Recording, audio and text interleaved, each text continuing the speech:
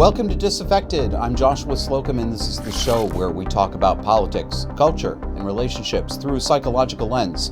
It's July 27th, 2025, and stick around because later in the show we're going to be joined by a guest we've had before, Pamela Garfield, licensed clinical social worker, although she now says she's ashamed of that. She's also a children's book author, and we are going to be talking about her book, Froggy Girl. But first, we need to talk about why kids listen to... I'm sorry, audience. We need to talk about... I completely Karened out on you. I would like to talk about why young people don't know anything. Let's go. A couple of years ago, I went into Walmart with Kevin to pick up fuel for our kerosene lamps. Refurbishing using antique kerosene lighting is a hobby that both of us happen to share. Kevin also collects and rehabilitates old radio sets from the 20s through the 60s mainly. And when you turn on one of Kevin's Art Deco hardwood radio sets, and I have one of them, the dial glows and the tinny little AM voice comes through after about 30 seconds of warming it up. Do you remember warming up the radio or television? When I light my kerosene lamps, room by room in the winter, they literally light my house and they heat my house. So for both of us, to a degree, the pleasure is not just in polishing and displaying these antiques, but in using these appliances for the purpose that they were made for. That's the kind of pleasure I take in having these things. So we go into Walmart because we need kerosene. And this was in a part of New York State we hadn't been to before, a store we hadn't been to, unfamiliar layout. Walked up to a young staffer in a blue smock. She was about 22 years old, and we asked her where to find it. And she said, "What's kerosene?" Now, how do you respond to this? I wasn't really sure. I think we just quickly told her that it was a kind of fuel and walked away because there was no possibility that this woman was going to be able to help us. Eventually, we found it on our own. Out of contextual knowledge, it was near the paint section because it's in the same family of chemicals, and that's generally where you find kerosene fuel. This is a very small, and you may think inconsequential, example of an enormous social and generational problem. Young people don't know much of anything about the ordinary, three-dimensional physical world. How it works, what it's made of, or how to get anything done. And this is not just the perennial complaint of the old about the young. It's not just how it's always been. Your grandpa said the same thing. I'm 50, which puts me in Generation X. Like other young people, when I was young, I felt very modern, very with it, and very much more clever than my mother or grandmother. But not to the degree, not nearly to the degree that millennials and now Gen Z believe that they are far cleverer than anyone who's been around on the earth longer than they have. There is a cliff drop, not a gradual decline, a cliff drop between Generation X and everyone who was born after that. It's a sharp divide unlike anything we've seen between generations beforehand. So as a kid, I knew and I enjoyed much of the music, the culture, and the movies that my mother and grandmother enjoyed. They played their music on the record player. Their favorite television shows ran in reruns on TV. Now, notice what I just said. Record player and reruns on TV were equally familiar appliances and concepts to my grandmother, to my mother, and to me, 3 generations. Not so today. There are young people today who have no idea what an iPod is, and that is a just yesterday recent music technology. That's not a gramophone from the turn of the 20th century. That's like 10 years ago. And I still want my iPod back because these phones, I don't like everything devices. They're jack of all trades and master of none. So we no longer have any shared culture in the West, not arts, not music, so-called content, as we label it, and information is delivered to us through a million microchannels, all on personal handheld digital devices. And the brand name and the operating system of these devices now changes about every year to every 2 years instead of every couple of decades. I'm going to tell you another anecdote. And when I first told this one about 10 years ago, even my age contemporaries and friends thought that I was exaggerating. But now I think that they, and maybe you, won't dismiss it so lightly. I was talking online about old rotary dial telephones. And I posted some pictures of the classics, including a picture of the black desk set that I have that was made in the 50s, picture of the yellow phone that hung on the wall in everybody's kitchen in our generation. And I expected that, anyone who was interested in reading that, among the younger people, they might be curious about it. And wonder how they worked. How did people use these? That's how I was when I was their age. And my grandmother told me about butter churns and crank telephones on the wall from her childhood. I was fascinated. I wanted to know, how did that work? Nope. The reaction was a combination of insouciant dismissal, lol, LMAO, lol, and disgust. Yes, disgust. You got the idea that these young people thought there was something embarrassing or even prurient about these gross old technologies.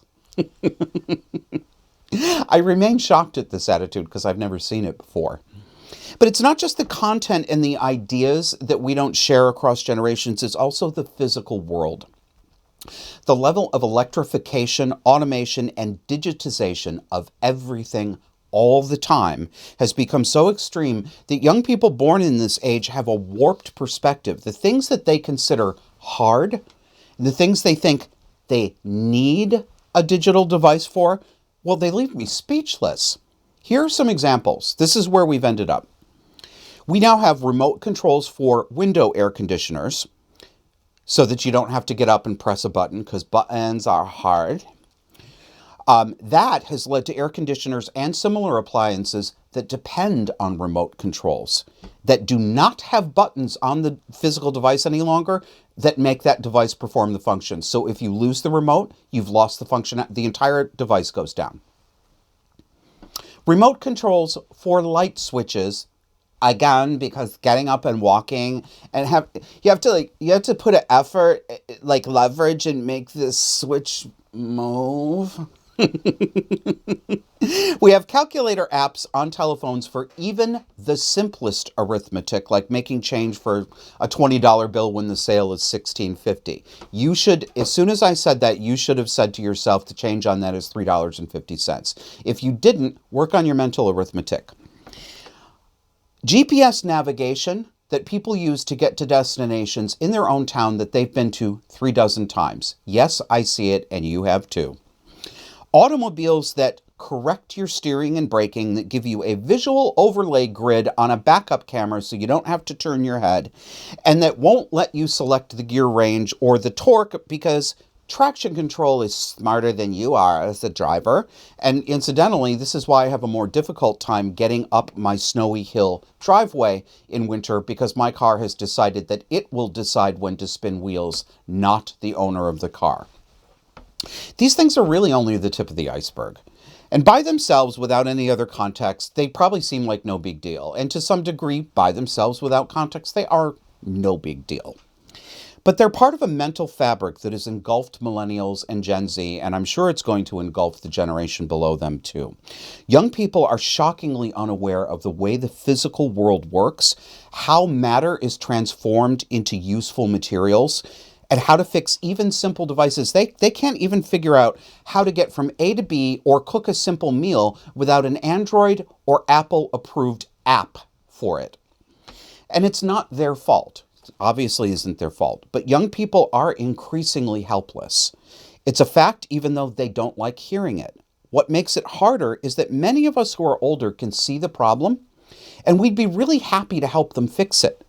But they're resentful if anyone older even hints that they didn't get the right answer or that they are lacking a skill. You can feel the hostility come off them. About 10 years ago, I stopped trying to help flustered young cashiers who got turned around when they typed in the wrong tender amount because scary cash, right? I remembered being a cashier. I was a grocery store cashier, Wegmans in upstate New York, and I knew there was really no reason that any of these kids should have to call a manager and stop the line every time they miskeyed the tender amount. It was obvious that cashiers didn't know how to count back up to the original change amount. So with this one guy, I offered to help him how to do it because I could see that he was embarrassed. He had to shut his line down and put on that flashing light and wait for a manager to come over. So I was like, I can help him out. So I said, my mom used to work at a 7-Eleven and she taught me this trick when she was a cashier and I've been using it ever since. Well, the dagger look that he didn't respond to me verbally, he just glared at me. It was very clear that he meant, shut up, how dare you? And that's not the only time I've seen hostility from younger people to older people who try to help them. So now I just look away and pretend that nothing is happening. Nothing else to do. I think it's the lack of having to do anything in the physical world. I mean, down to real simple stuff, just moving an object around, right? Without a phone that has caused this problem. Yes, lack of parental instruction. Yes, bad curricula in schools. They spend a lot of time teaching them about nonsense that has nothing to do with actual skills in the world. These are all a big part of the problem. Absolutely. But I think the biggest part is the proliferation of automated technology. That's what insulates these kids from having to do anything that requires hands-on material. And it's made us shockingly incompetent. As a boy, I remember being fascinated with outdated or simple technology that I read about in books, heard about from my grandma, or saw on TV. So, watching Little House on the Prairie, one of my favorites, I clapped along with Ma and Carrie when Pa finally installed a water pump in Ma's kitchen for the first time. For the very first time in her life, Caroline Ingalls did not have to bundle up, go outside, walk up a hill with a bucket, draw it out of the well, and bring it back in and do it over and over again. So it was glorious, right? But I was also fascinated. How did that work? I know I just turn on the tap and water comes out, but how do they get this pump to work? By playing around with parts and toys and reading books at that age, I learned about differential air and fluid pressure. That helped me to understand the basics of pneumatics and hydraulics. This helped me to understand how brakes worked on cars, locomotives, and how pilots were able to control these huge wings on jumbo jets. All of this came from a fascination with how did this simple hand pump work? And then I got into the physics of it. I don't think young people today are even aware, many of them, that underneath the sleek gray titanium exteriors of their favorite devices, I mean, aside from things like phones, but appliances they use every day. I don't think that they understand that these appliances are just gussied up versions of Ma's hand pump. These machines do actual work, not a virtual display of work. Water is real. It's made out of physical material. This is real, what I'm doing. It's water. You're doing Helen Keller. Water. Actually, I'm watching you on a screen. Kevin's talking to me in my ear. I'm going to ignore him. Stuff is real. Fire is real. It's not like you need fire to heat your house. You can't heat your house with New Fire 2.0 Your Fireplace app, right? You can put a touch screen on a washing machine. You shouldn't, but you can. But it still works on principles of water pressure, pumps, hydraulics, and torque from a spinning electromagnetic motor. It lives in the physical analog world. That world is real and our lives depend on it. What is going to happen when the majority of adults in charge of running the world, in charge of our economy, our military, and the old folks' home that we're all going to end up in, what happens when they don't understand how any of this works? It reminds me of the film Empire of Dust. Check out a couple clips on YouTube about that. We are already seeing people who will run out of their house and call the fire department, letting their house burn down before they would even consider grabbing a box of baking soda and putting out the grease fire in their skillet. I have seen this happen. They have no idea, for example, that that throwing water on a grease fire in the kitchen will only actually spread the flaming grease. They have no idea that it's safe to use baking soda to smother a fire, but it doesn't even occur to many more people. You see it more every day. It doesn't even occur to them, oh my God, I need to put this fire out. What occurs to them is, I need to call the firefighting professionals. You can extrapolate that anywhere else. People just don't know the basic stuff. So how much work is this going to get? All right. On the off chance that you are familiar with the term intentional community, it probably brings to mind images of people like the Shakers or lesbian hippie communes. Yes, they do actually have something in common.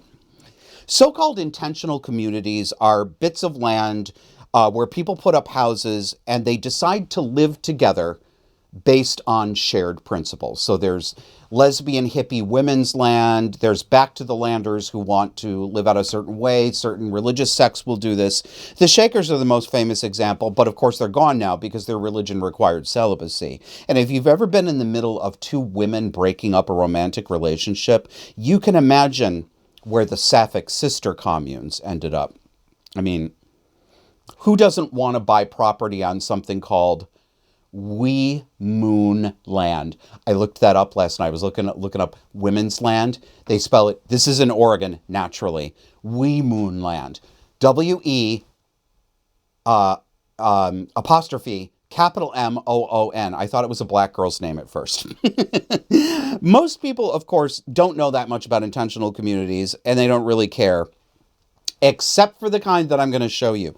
Hold on to your hat. This is going to disturb you.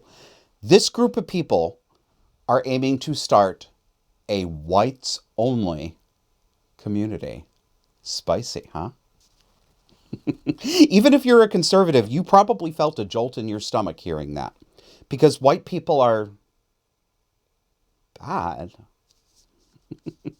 We're going to show you this report from NBC News. It's got a lot of people's hackles in the media up. Let's just roll this one out, please, Kevin. No blacks, no Jews, no gays. High up in the Ozark Hills, in the state of Arkansas, dozens of people have been working hard, building houses and a new type of community. It's called Return to the Land, and it is a town open to white people only. They are millennials and Gen Z, and this is a new update of age-old prejudice. What we've done here is establish a place where we have control over who our neighbors are, and that is just for the sake of preserving, our culture. And that culture, effectively, we're saying this is a white culture, a whites-only place. White American culture. But what this sounds like is bringing back segregation. Is that a fair assessment? It's free association. So we're not trying to keep other people down. This is a small settlement in the middle of the Ozarks. But they are being kept out, even if... you don't let everyone into your home. Around 40 people live here. Hundreds more from across the world have paid to be members.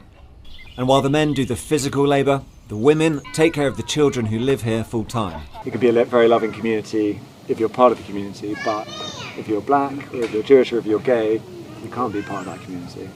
They can have their own communities, and they already do. You might be wondering how any of this can be legal. Return to the Land is structured as a private members association, which they believe allows them to discriminate on the basis of ethnicity, along with other factors. That has yet to be tested in the courts and may well fail. The Arkansas Attorney General has said his office is now reviewing the matter as a result of our reporting, and that there is no room for racial discrimination in Arkansas or anywhere in... Who the fuck do you think you are, you limey motherfucker? You're not even an American. What do you mean they think they can do that? They believe they have the... Do you want to know... First of all, they can do this. And do you want to know why? It's called the U.S. fucking Constitution, you idiot. You may be shocked to hear that any of this is legal. What is wrong with people? This is called freedom of association. Discrimination on the basis of race, skin color, religion, national creed, or ethnicity is illegal on the part of the government and a business serving the public. You can't make people live next to people they don't want to.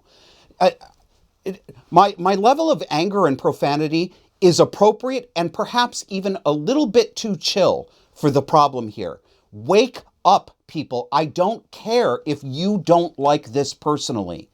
You shouldn't care if you don't like this personally, right? I'm sorry, I'm like jabbing my pencil at you. Really, if any of you in the audience right now has a moral problem with this, fuck off. Because the same Constitution that gives these people the right to live among who they want to live gives you the right to do the same thing. You can choose where you live. If you are a Christian, you don't want to be around atheists, you don't have to. If you are Jewish and you want to have a Jewish-only community, you can have that. If you're feminist and you want women's only land, you can have that, and you should have that legal right. But you must. This is the problem. This is why I'm so balls to the wall on this show now about white people need to stop being ashamed of. Being born white is not original sin. Being white is not a state of sin. It's not. We are humans, full 100% humans, just like black people. Whew, I got myself all worked up now before the next segment. Come back and join us. We are going to talk to Pamela Garfield, former therapist and now children's book author, and talk about her new book, Froggy Girl, which she wants people to use to help children not form identities that turn into cluster B personality disorders.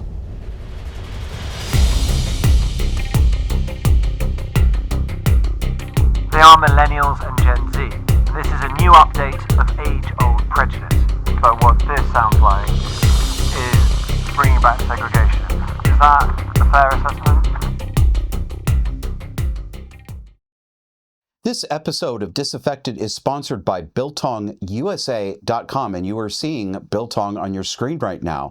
High quality, thinly sliced, spice and vinegar cured meat in the South African style, done by the Van Vuren family, who are immigrants to the United States, legal ones, who came from South Africa and built a business in Texas. This stuff is absolutely delicious. I've got people asking for it when they come over to my house now because they know that we sell it on the show and they've had it before. So Anton, we're making you some customers. They've got more than just meat too. Anton sent me some delicious small batch freshly ground coffee this past time. So take a look at BiltongUSA.com. Take a look at their groceries as well as their Biltong. And remember to use promo code JOSH to get 10% off your order. 5, 4, 3, 2. Welcome back. Tonight we are going to welcome back Pamela Garfield, who is one of the non-woke therapeutic practitioners that we are so glad to know are out there, and she has been on the show before.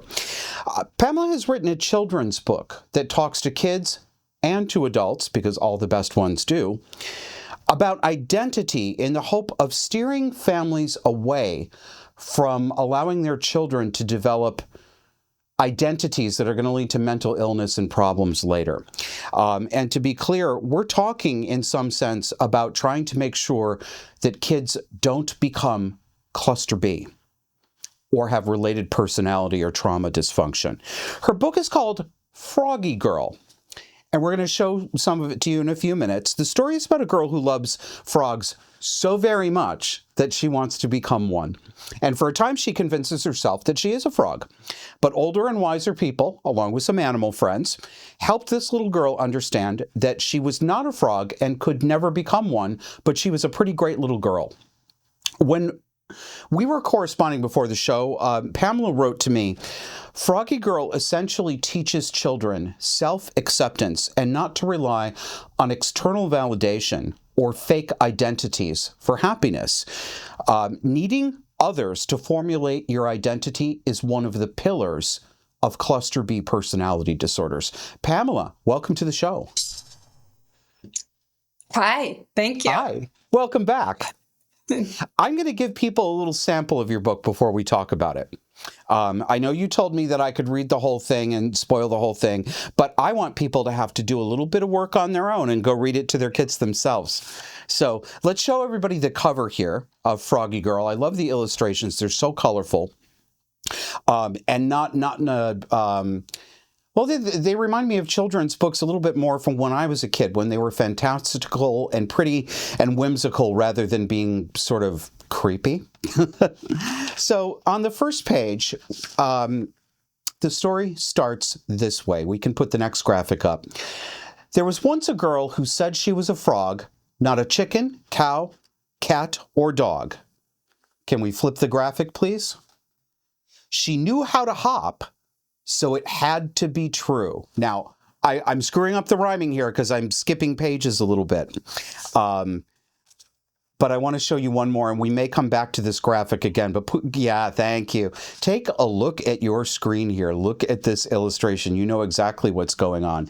It says her teacher gave her a special flag, and the girl was so glad. So for those of you on audio, it's a depiction of a classroom with a teacher who, I'm just going to go out and say it, is obviously rendered. Adults are going to see this. The teacher is clearly a non-binary being with an amorphous gender and borderline glasses with stripes on them, and she's given a special flag to the little girl that flaps and waves in the winds, and it's got 3 pastel colors for frogginess. I wonder what that's all about. So let's bring Pamela back in.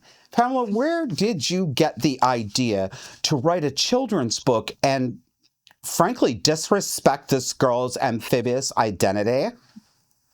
It's something I've been wanting to do for a while. The rhyme sort of just came to me this one day at 3 a.m. There once was a girl who said she was a frog and a chicken, cow, cat, or dog, and it just rang. And I got all these. It's great. I just started doing it. I started to roll with it, and I thought, well, I might as well do this. Let's put this together. And voila, here's my children's book. It's a long process. It took about a year to put together, but that's how it started. Did you have any difficulty finding a publisher? So yes, it was very difficult to find a publisher because I didn't know where to turn. Of course, I'm not going to go to the classic children's book publishers. You went over the golden books in that one episode a couple weeks ago. I can't believe that. No way could I go to them. Scholastic, same thing. So none of the main ones. And honestly, it was hard for me. I'm not connected enough with the big conservative names that would do a conservative book. I think I actually might be able to get a deal for the next one. Okay. However, I found this publisher from going to a book event it was in Georgia, and the previous governor put out a children's book about his cat that lived in the governor's mansion. Mm-hmm. And I talked to them about my Froggy Girl idea, and they said they loved it, and they took me on. Excellent. I guess I should have done this first. Recap, would you please, for us and for the audience, a summary of your professional background, what you've been involved with, why you're interested in issues like therapy, personality dysfunction, identity formation. Yes, I'm not proud of this, but I am a licensed clinical social worker, and I not something I announce very often, because at this point, the licensed clinical social workers are bat shit crazy now. This is an adult show, you may swear. Okay, I'm like,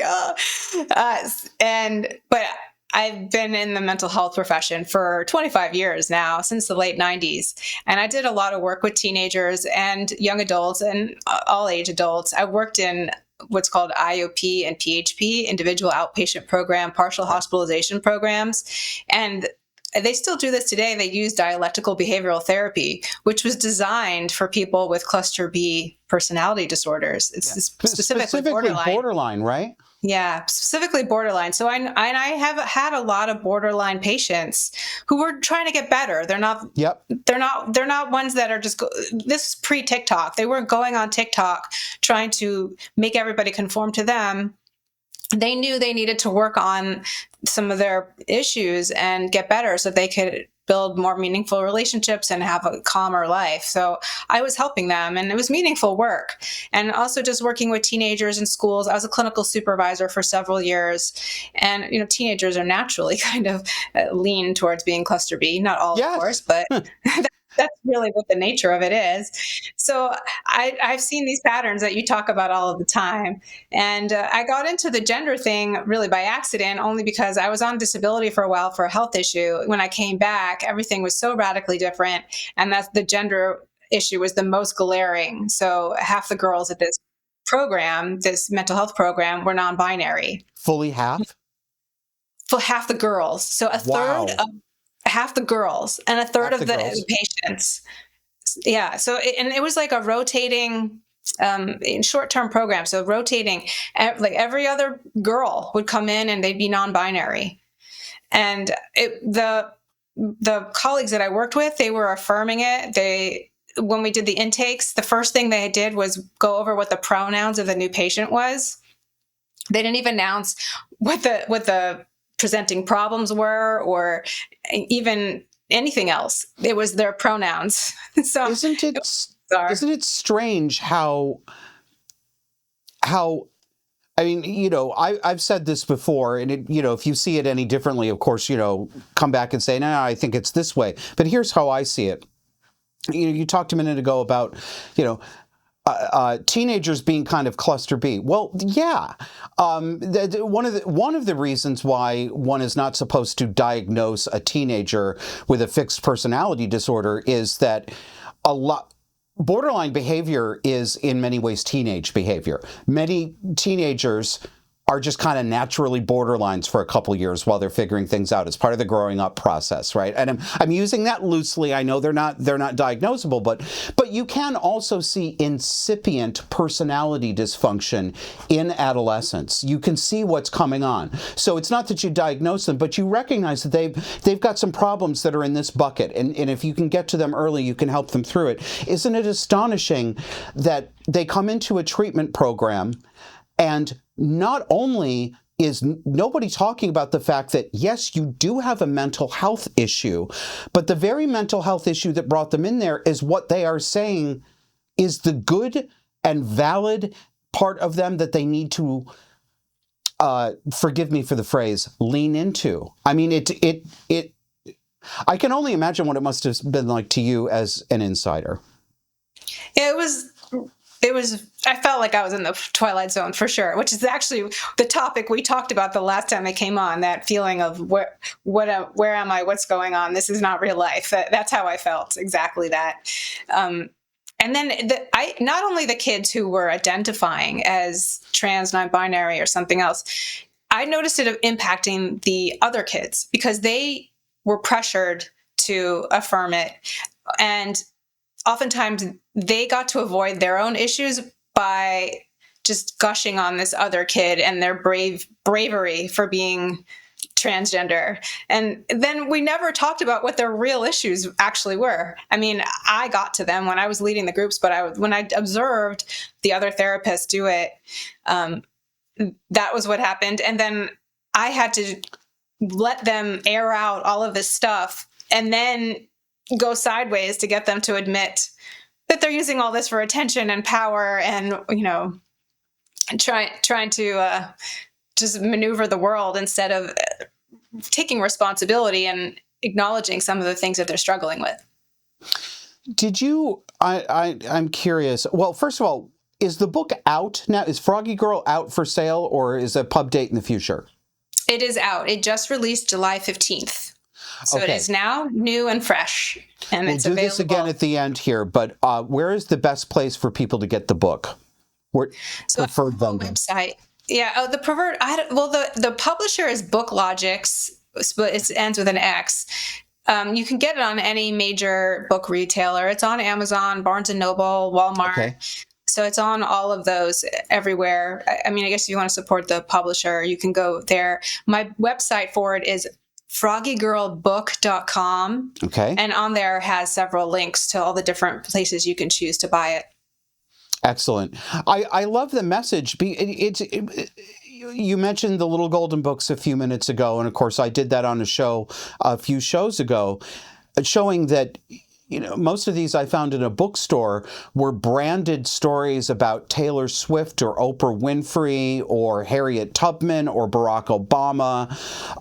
Just an entirely different world from what children's books were when you and I were growing up. I never thought I'd see anything like this. And this book, Froggy Girl, this looks like a book I had as a kid. I don't know if you remember this specifically, but we're age contemporaries. Do you remember that Free to Be You and Me? I was going to bring that up. Okay, Yes, I actually take it. I give it to you. Talk about it. Instagram, the babies one. Do you remember the baby skit with Mel Brooks? Do you remember that? I'm sure that I've seen them, but I'd have to see it again. But yeah, that was Marlo Thomas, I think, was the face of that sort of the actress Marlo Thomas, Free to Be You and Me, and the whole idea behind this, and it was part of the whole children's entertainment world that included Sesame Street and Mr. Rogers. It was all this sort of thing. Mm-hmm. That was literally the message. You can be you, and you are fine as you. This book is like that, but I swear to God, you put the most wholesome thing in front of people. Do you wonder if you're going to get some backlash? And if so, where do you think it'll come from? Yeah, I think the trans activists are just people who believe that children should lead. And it's not just transgender, it's a lot of different things, that children just should lead the way, which I believe is creating a lot of anxiety in today's world. They're not going to like this. Although I think a lot of people they actually agree with this book, and they don't realize that they're going against this message. It's confusing. I think they don't realize. So people, and maybe if they recognize that flag page, they might not like that. But most people don't. Most people won't even recognize the message. And maybe if they Google my name and they see the other things I've talked about and the other book I wrote, which is directly for parents to fight this trans issue and help them communicate with their kids. So if they Google me, they might not like it. But I think a lot of people, for the most part, won't figure it out that they should hate it. So, yeah. And this book, Good. By the way, was inspired by Free to Be You and Me. That certainly. All right. Mm-hmm. Fantastic. And your I know your illustrator, co-author, you're the guy who did the illustrations for the book. I really love that classroom illustration. When I opened that up, when I scrolled through last night, I busted out laughing. I just taking notes. I'm like, I know exactly what he's doing. He's perfect. He's perfect. He's had some experience with this world too, hasn't he? Yes, he's a man who used to believe he was a woman trapped in a man's body. Mm-hmm. He did take hormones and did experience some harm. However, he's doing pretty well now. Good. And I found him. Well, we knew his name is Nicholas Blooms, right? Yes, Nicholas Blooms. Yes. And I was going to say a little story. We actually went to the American Academy of Pediatrics conference together to talk to doctors about the harms of hormones and surgeries, cross-sex hormones. Yep. And we were actually kicked out on the last day. So we went through this experience together, and then we started working on this project. So it seemed like it was meant to be. Yeah, one door closes and a window opens. Mm-hmm. Yeah, it's happened that way for a lot of us. I wonder if you could take a minute. This could be a much longer discussion, but I think the audience will really appreciate this, and some people it'll be directly relevant to. So we talk about these acronyms CBT and DBT, and they stand for Cognitive Behavioral Therapy and Dialectical Behavioral Therapy. Could you give just a sketch of what each of them is? And I'm particularly interested in a good summary of dialectical behavioral therapy, because that is the one that is targeted to people who are having emotional stability issues, borderline issues. Yeah, so my cat is here visiting. You have this problem when you give us Kitty. Who is he? Oh, I just threw her down. Okay, well, if she comes back, she may be on camera. Okay. So DBT, or dialectical behavioral therapy, really is a spin-off of cognitive behavioral therapy. Oh, she's here now. She's behind me. And she's lovely. Yeah. So DBT it was invented in the 90s by a woman named Marsha Linehan.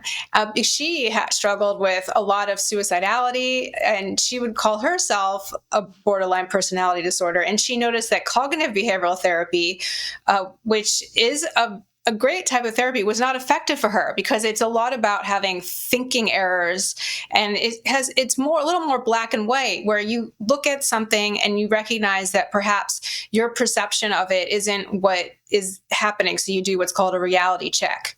Okay. So an example of that is like all or nothing thinking, or when you see everything is pretty good, but one thing ruined it, so the whole thing is ruined. You know how you get that way? Yeah. Those are there's several, or catastrophizing, where you think, oh, this is going to be terrible. It's going to be terrible, but you don't know. Future telling. So there's these list of cognitive distortions, they call it. And so those who are borderline, they don't like that, because they don't like being told they're thinking wrong, because that makes them kind of wedge even harder. Like, oh no, you're telling me I'm thinking wrong. You don't understand me. Yeah. So dialectical behavioral therapy expands upon that. It still incorporates the cognitive distortions. However, it has different modules. And the word dialectical refers to holding opposing views simultaneously. In other words, having less black and white thinking, less splitting. So I'm having trouble concentrating because I can't.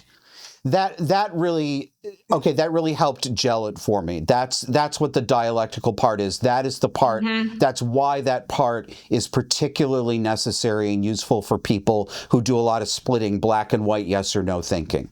Exactly. They shrivel back when you say, do a reality check, and they're like, no, you don't get it. You don't get my pain. And that's how a lot of borderlines feel. Yeah. And so there's a concept called wise mind. There are all these buzzwords within DBT. And wise mind is about connecting your emotional mind and your rational mind and using both at the same time. So a lot of times when you are emotional, you can be really emotional. And of course, that doesn't go well. If you're so over emotional, you blow up a relationship, blow up a job, do something rash. And oftentimes they'll shut down their emotions because they see themselves as being too emotional, and they demonize their emotions. So then they become kind of robotic and they become cut off. Okay. You can see that with relationships where, people kind of they end up at first, they really, really love somebody really hard. And then they become like this hookup, player, right? They can't be in between, where you have some rational thought about how you choose a partner, but you also still keep your emotions available and there, present. So that's called the wise mind. So there's all these concepts like that. There's 4 different modules. It's also very structured, which I think a lot of people who are borderline need. They need this very specific structure.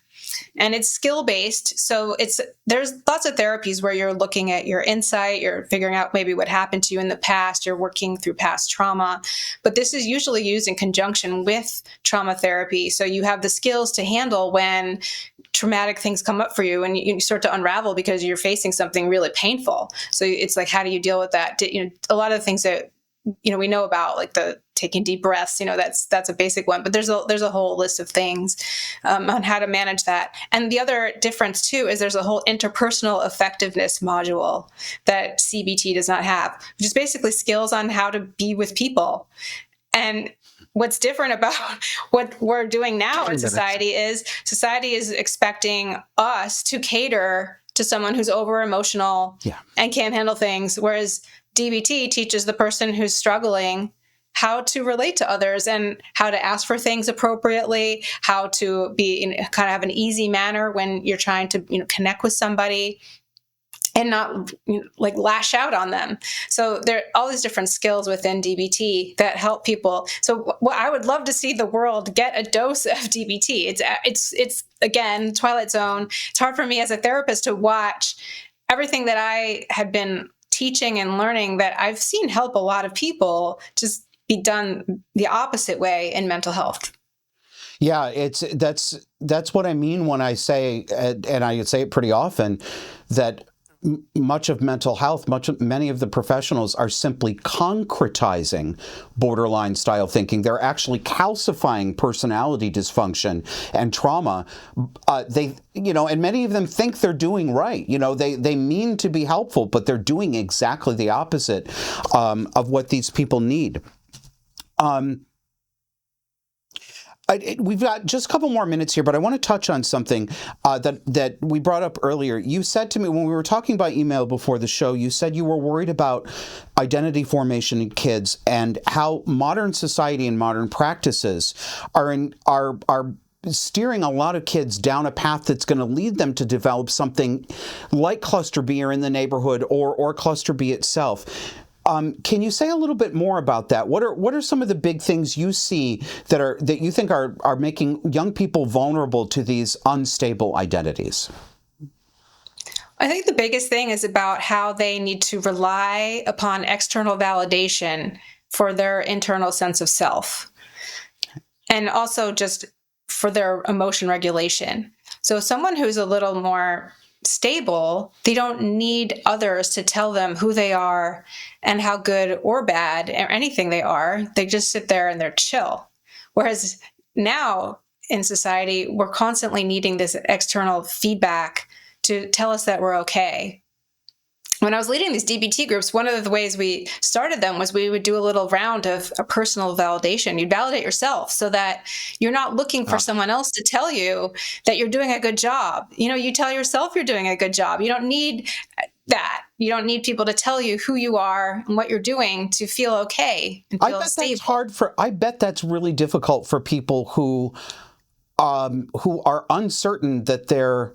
I mean, I have a lot of hard things to say about borderline and how people act with it, but to take the charitable point of view, it's got to be really difficult for people who are underneath a huge cloud of shame and they really don't think they're decent people underneath. That's got to be a pretty challenging exercise. Am I seeing that the wrong way? There really is, and that's how I saw them. I think because the culture was different, they knew there was something needed to work on, and they would work through it. So I didn't see them the same way that we're seeing now. We didn't even have social media that much back then. So just to date myself, I was working at these programs like in 2008. Facebook was a thing, but it wasn't. We weren't doing selfie videos. We weren't online. Instagram, was it Instagram even out yet? But people certainly weren't on it if it was. So it's just the culture was just so different. And for sure, they were struggling with shame. They were struggling with feeling just whether or not they were doing okay. And they needed someone. They were looking for someone to say, you're doing a good job. Like, good for you for getting here. Good for you for thinking, working through your stuff. And they needed that so much. Like they're like that metaphor of like that empty bucket with the hole in it, or the bucket with a hole, and everything just falls out as soon as you tell them they're doing well. They just it falls out. They need it so much. They need it constantly. That's why like theater people tend to be this way. They like to be on stage. They like the applause. That's Hollywood. You think about that. Yeah. But to learn you can just sit there and be okay. You don't need a crowd of people or even someone you even love and care about to tell you you're wonderful all the time. It's nice to hear that. Of course, everybody wants to hear that, but you won't need that to feel whole and feel stable anymore. And one or two times is okay. Let's not go overboard. Pamela, this is great. You're one of the people who's trying to put culture back on track from the point of view of somebody who has been a professional therapist, somebody who has been a professional social worker back before that profession got the name that it got today. So I'm really glad to hear it. FroggyGirlBook.com, but you also write for HumanEvents.com, do you not? Where can people check out your work online in addition to Froggy Girl? I need to update my website, but I have a website called thetruthfultherapist.org. I mean, my Twitter has a link tree on it and my Instagram. Okay, so you can go on the link tree that has a lot of things. What's your Twitter handle? It's Truth Therapist. Truth Therapist, at Truth Therapist. Excellent. Yeah. And Okay, yeah, that did. Okay, so we got FroggyGirlBook.com, we've got Truth Therapist, and we've got you're also writing for Human Events. Thank you very much for coming on Disaffected again. I wish the book really good luck. And I have to say one thing about it, and I saved this part for the end. You've probably already had someone do this to you, but I'm afraid that I have to do it again. Hey there, Froggy Girl. I have been singing the title of your book to an old Motown song in my head for 3 solid days now. Wow, no one's ever saying that to me. Thank you. Okay, well, hopefully somebody will and do it better than I did. Pamela, thank you. Pamela Garfield, thank you for being on Disaffected. Really appreciate it. Good to talk to you. Yo, it was good to talk to you too. All right, come back and see us after the break.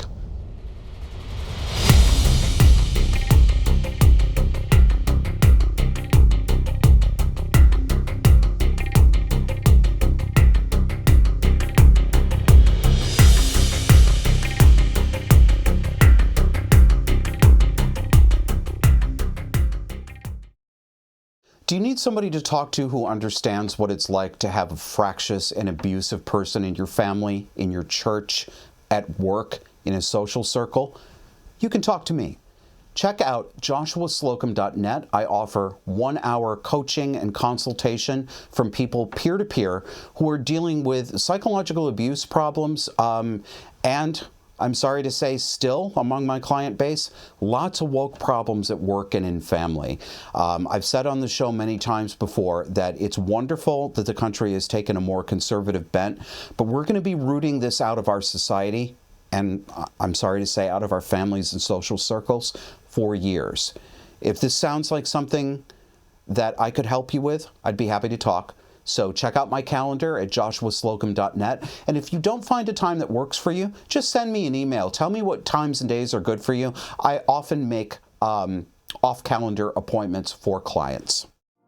I want to remind you about our website, disaffected.com. That's all you need to remember if you're looking for our show, my writing on Substack, the various different places that we have our audio going out on podcast distribution platforms, and it's also the place where you can support us. Although we do have a sponsor, we're a small show, and we rely on you, the audience, to pay for this, and we'd love to have your support. Just go to disaffected.com and click on Support Us. You can give in any amount you like. We have people that have given $5, $10, $500. I don't expect all of you are going to, but I'd be very proud of you if you did. We really appreciate it, and although sometimes it takes me a week or two, every single person who donates to help us support the show gets a personal thank you email from me, and it's not a template. So disaffected.com, support us.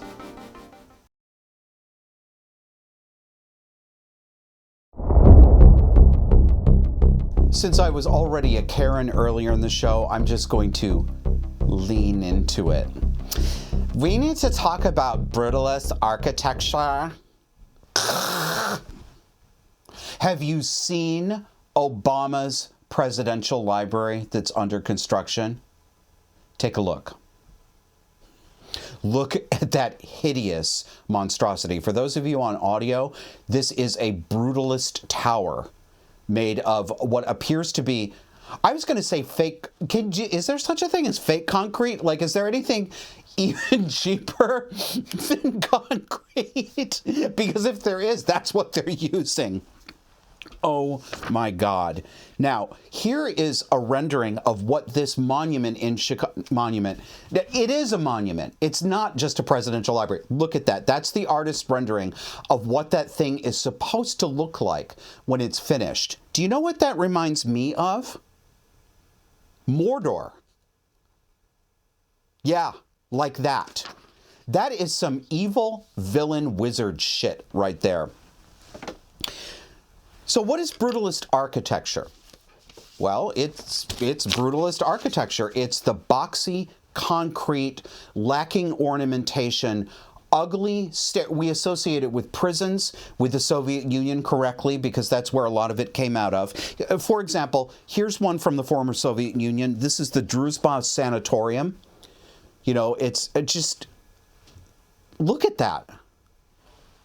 Here is the Hubert H. Humphrey Federal Building in Washington, D.C.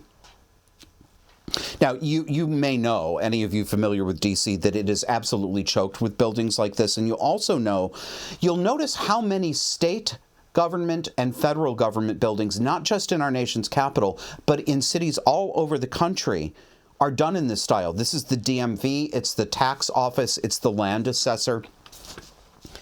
Have you ever thought about why people choose this style? And let's dispense with the things that we're not going to be talking about and that you don't need to comment on. No, it's not just because it's cheaper. I know you want to say that. It's not just because it's cheaper. It's partially because of that. Dispensed with. Do you see the connection between brutalist architecture and the narcissistic, totalitarian, and Marxist mind? Because there is a connection. Brutalism is the architecture of the cluster B mind, the narcissistic and sociopathic mind, the mind that grasps for power over. Its purpose is to demoralize you, to induce despair, and to project power over you. You are subject to our power, is what it is saying. It does this by refusing to give your eye or your soul any succor. It is consciously anti-beauty, deliberately. It says, you will have no curves, no flourishes, and no color. Ornamentation is forbidden. You are subject to us. Other people are noticing it too. I posted about this on Twitter. Here are some of the responses. Somebody named Kaloyan said, that's true. Most, if not all, of the buildings from the communist times around here, and around here is former Soviet Union, were built in the brutalist design. Another mutual called the Milgram Experiment had an exit door, great name, shows us the difference between the old Twitter logo and the new Elon Musk X logo. You go from a bird with blue to this harsh and hostile black and white single letter X. That's brutalism in design. Star Laswell had this to say. Take a look at this building on your screen. This is the government building where I had to go for DMV business and to serve jury duty in Orange City, New York. Just pulling it up put me in a bad mood. Look at that thing. Friend of the show, Vasiliki, who knows very well who she is, thank you. She makes a great point with this contrast she put up. She says, People's Exhibit B. Here's a new European church building inserted. I am so sorry. This is so tiny I can barely read my own text here. This is a new European church building next to a very old one, and the old one was destroyed by fire. And you can see it right there. You see that ugly hexagonal skyscraper with no ornamentation next to the ruins of what was obviously a beautiful religious building. But do you see the connection between formal brutalism and the informal but widely practiced brutalism in our built world, in the first world? What else do you notice about the culture we live in? Here's one. Nearly all automobiles today look exactly the same. They're ugly and they're available only in gray, white, silver, or black. This picture on your screen depicts 24 allegedly different automobiles. See if you can tell any of these apart. Those are all allegedly different cars. And they are all made by different manufacturers, but they are exactly the same car and they're all white. That looks like every parking lot that you drive into these days. That image is from Road and Track magazine. Long-standing institutions and businesses are conspicuously ripping themselves apart from their former identity. For example, AARP stands for American Association for Retired Persons. But if you ask an AARP staffer now, and I have because I used to work with AARP when I was in the nonprofit sector, they will tell you, no, it doesn't. It doesn't stand for anything. Our name is just AARP. No, that doesn't stand for that. ARP.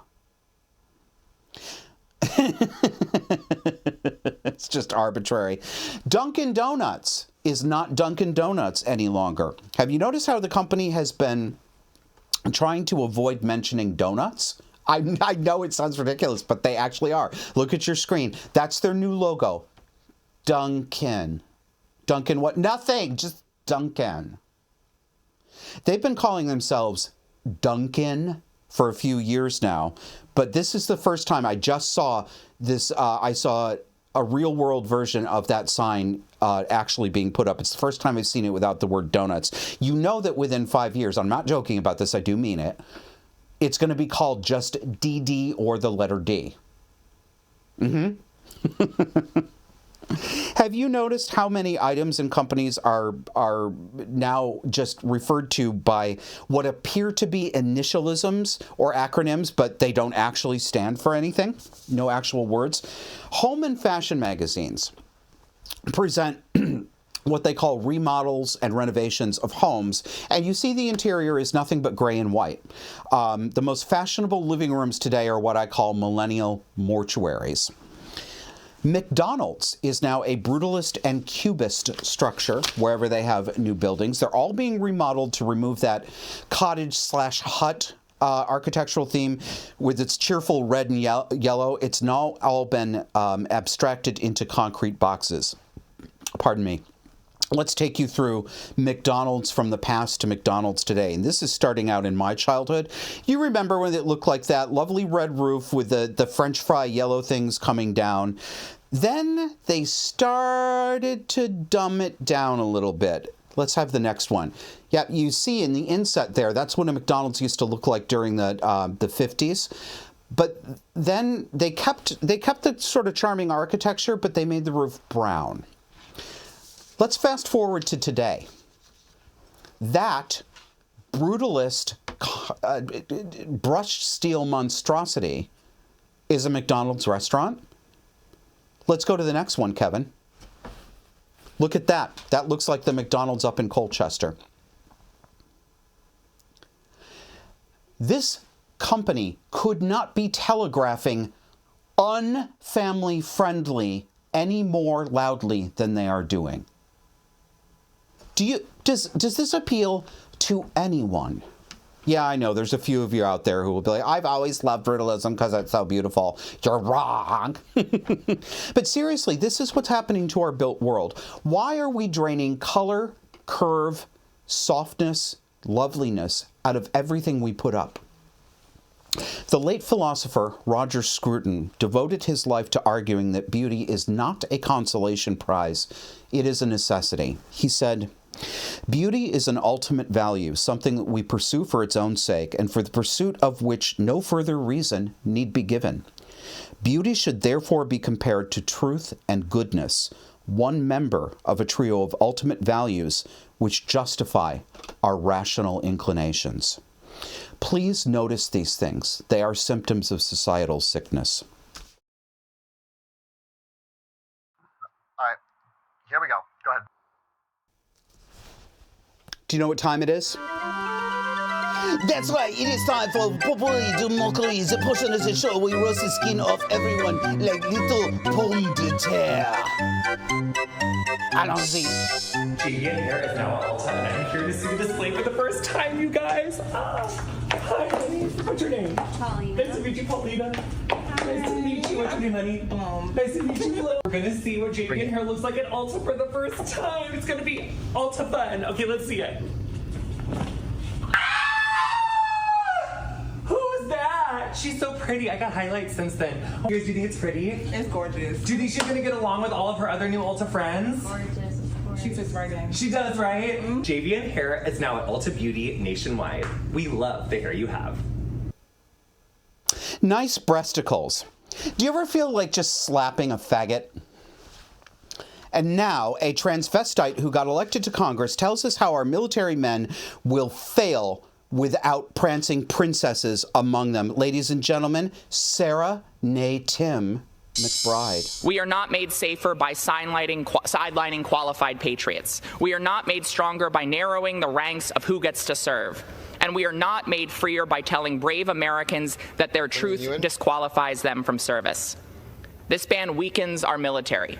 It betrays our values, and it sends the cruelest possible message to some of our most dedicated citizens that their service is unwelcome, and that one identity matters more than what they've done, what they've sacrificed, and what they fight for.